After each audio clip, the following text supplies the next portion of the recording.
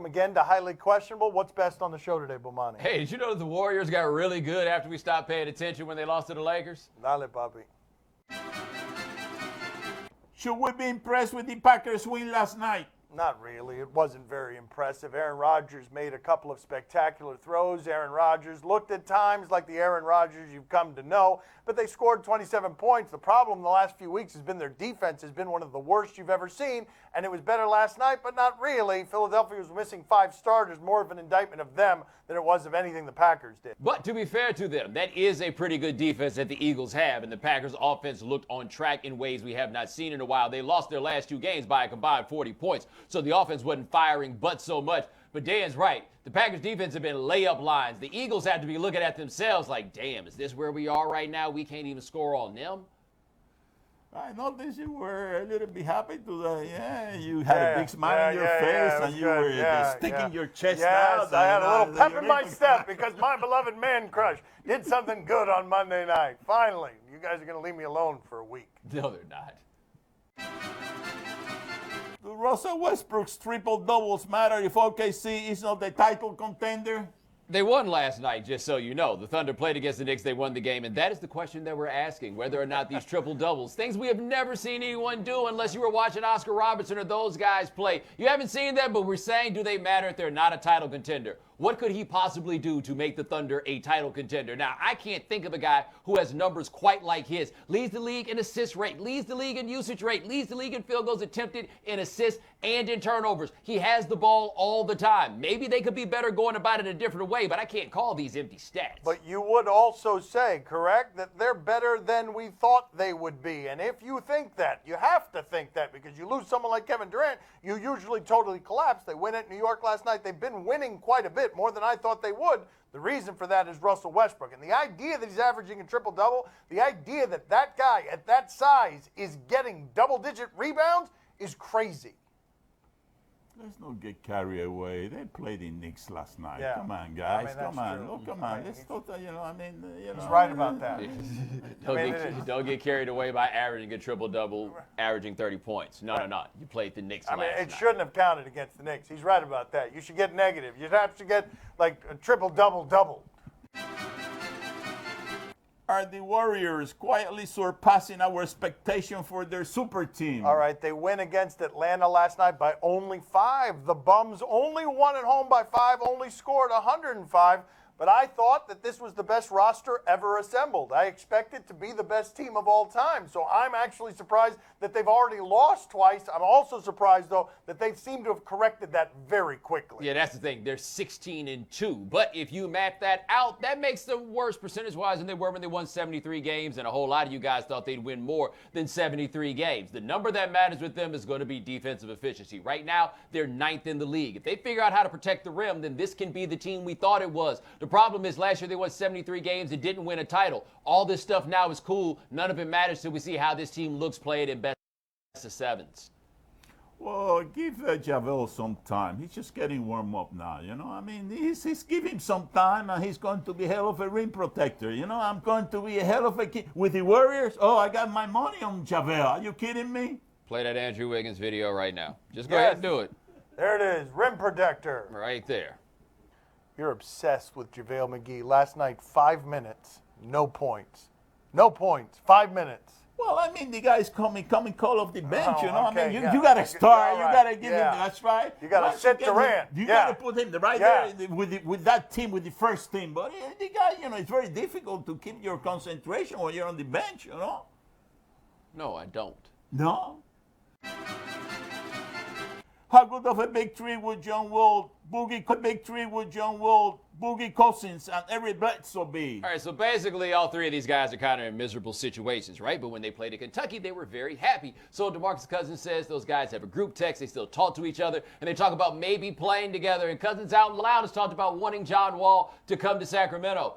Maybe that could wind up being a decent situation. John Wall's a guy that maybe could get through to DeMarcus Cousins when he's out there acting a fool. But who are the other guys that you're putting around them? Because we've actually seen these guys with players of similar caliber to each other together, and ain't none of them won nothing.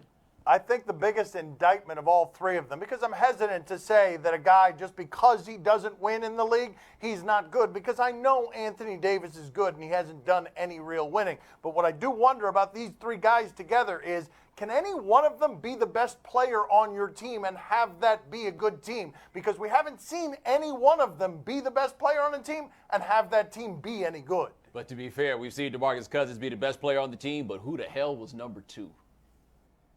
Oh, I'm telling you something. I've been talking about Sacramento for a long time. This is what the King needs, you know. This is what they need. I'm telling you, here they come. Finally, they're coming through now. Watch out, Golden State. Watch out, OKC. Watch out, the Cavaliers. Sacramento is going to be the team to be looking out for. He didn't want to call them the team to beat. He thought that was too strong. The team to just sort of watch over there as they get a 6 seed. He still thinks Isaiah Thomas plays for them. That's true.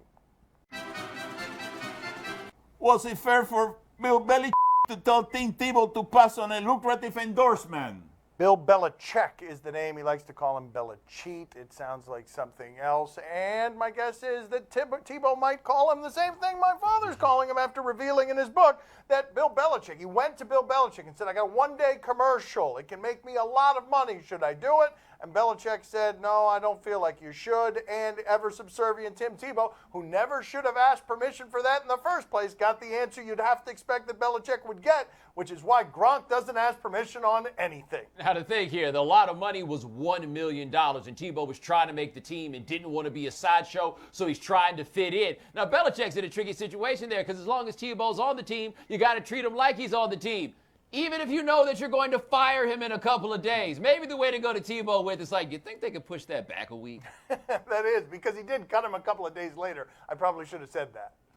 Don't worry about Tim. I know that you're on the right track now. I know that you're going to make a lot of money now in baseball. I mean, you're going to be a player that a lot of teams are going to be going after. So all you need is a good agent, you know? And after that, you're going to be in heavens. He might make a lot of money. I'm not saying he's going to be good at baseball, but I do think he'll make a lot of money. He just made Tebow so amazing that he put him in multiple heavens. Not a single heaven, multiple, plural heavens. Coming up next on Highly Questionable. Uh-oh, what's in this swamp? I think we got a garfish, dude.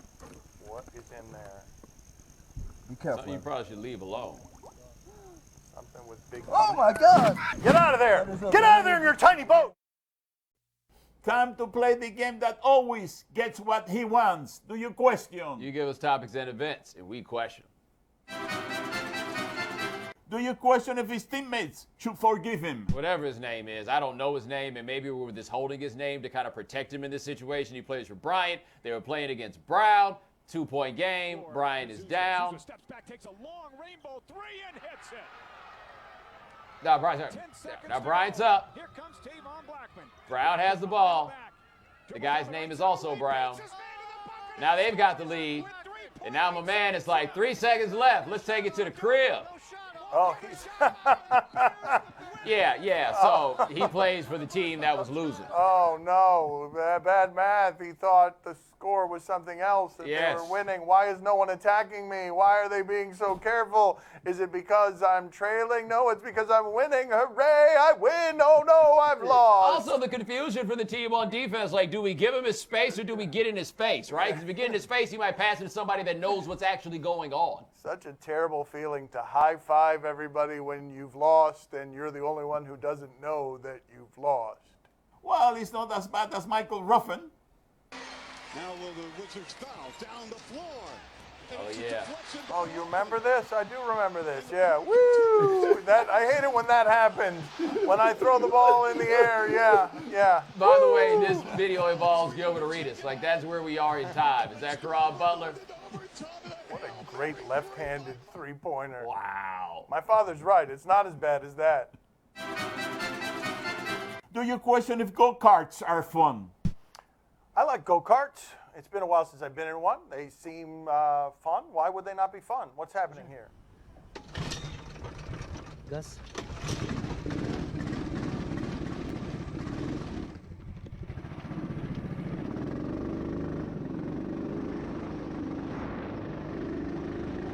All good so far? Oh, no.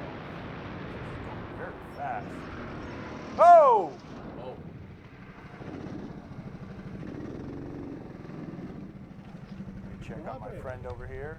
I wouldn't have. Things ain't free. You would have just kept riding. Hey, she'll be all right. I mean, that was a rocket ship that flew past her without brakes. Wow. I mean, And that's the reason I leave my turn signal on. okay, yes, because you never know. He always Never leaves know. his turn signal on. It's never off for that reason. Someone can go in a rocket ship right past you into some tires. Do you question the toughness of these fishermen? We're going to Louisiana. Cool. Oh, there's something on Uh-oh, what's in this swamp?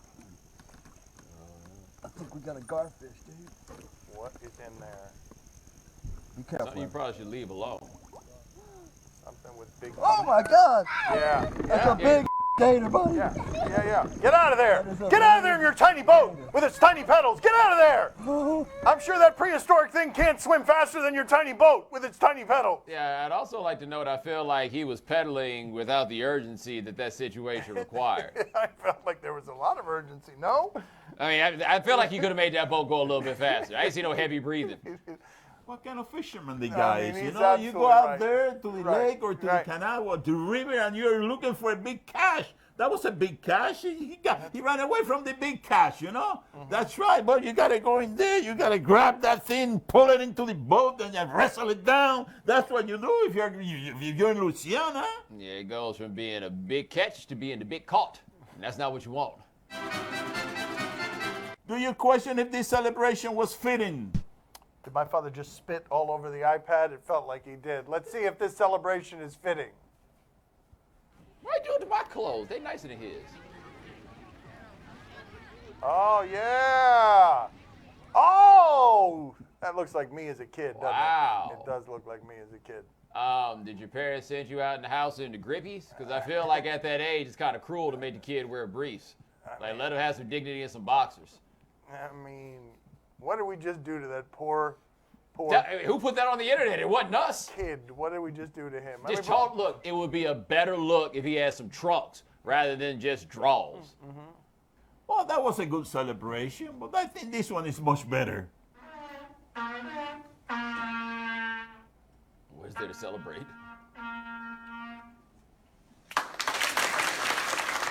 Yes.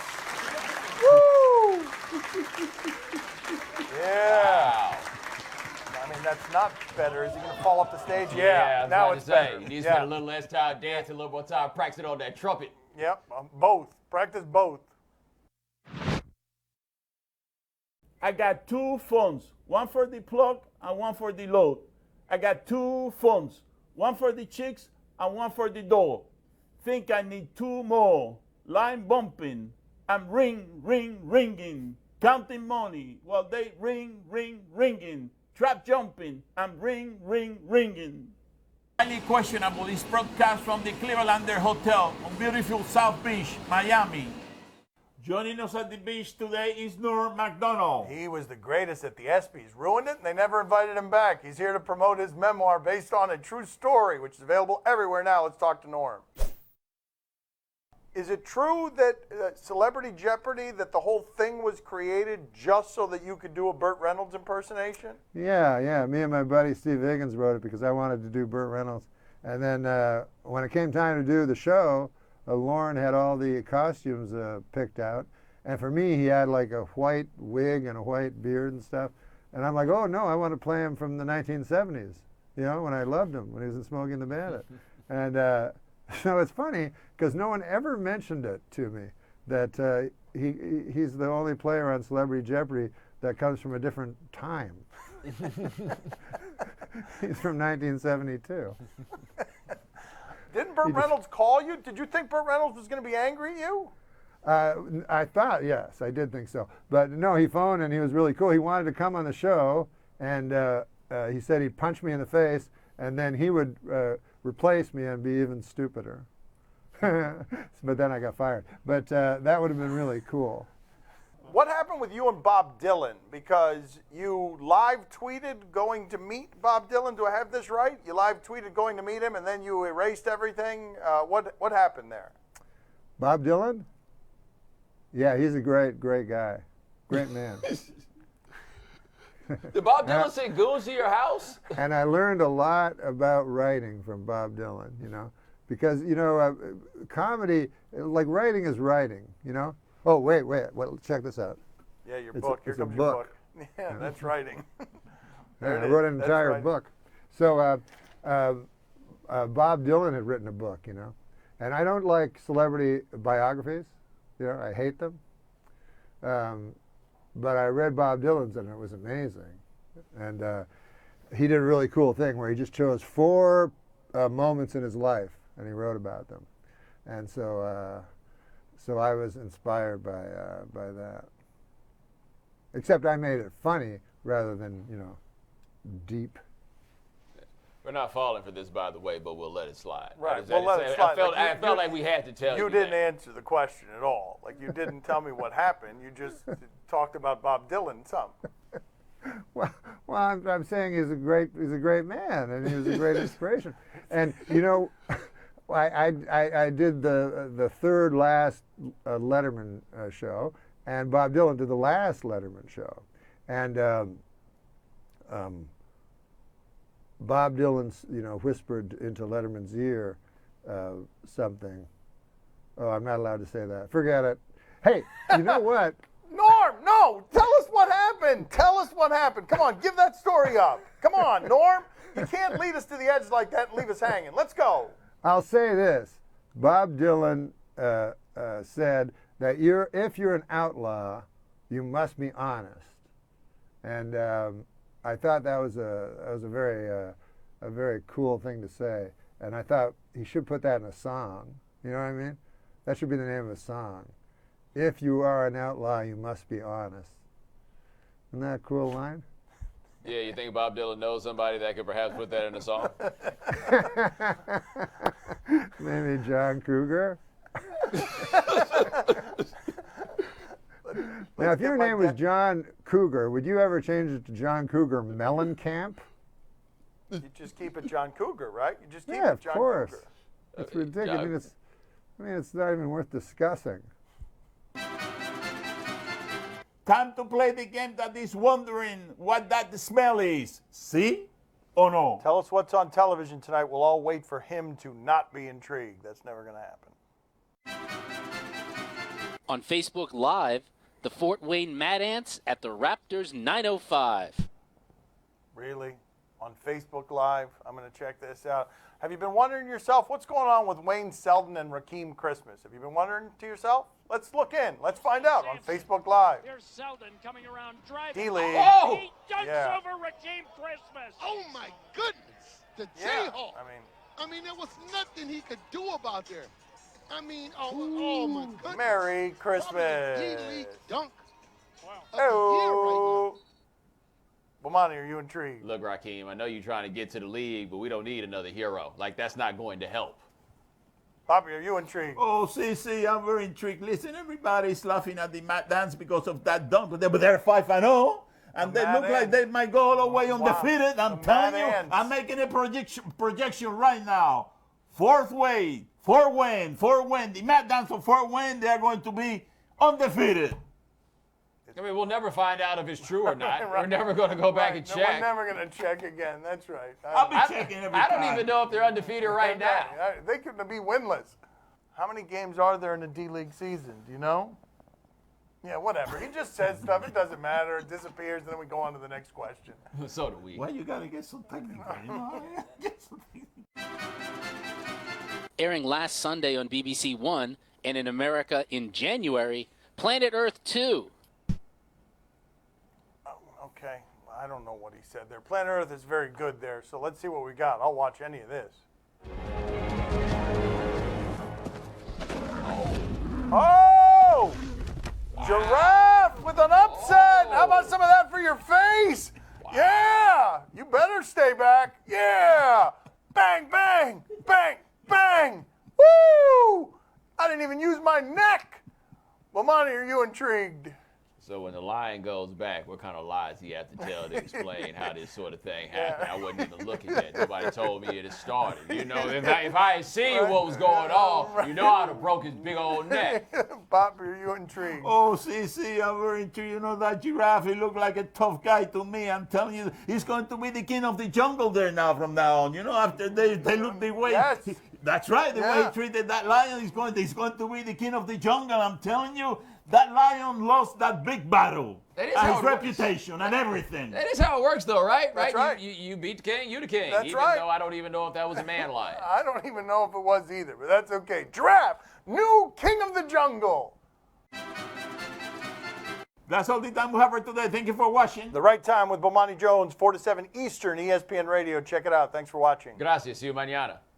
What's the sound giraffes make? Do you know what the sound is a giraffe makes? Oh, wow. Okay. I mean, it's possible. I don't know what I mean, maybe. I don't know. By the way, congratulations to Dan for being the first person to ever wonder what a giraffe sounds like. Because somehow I've been alive 36 years and never thought of it once. It could sound like that.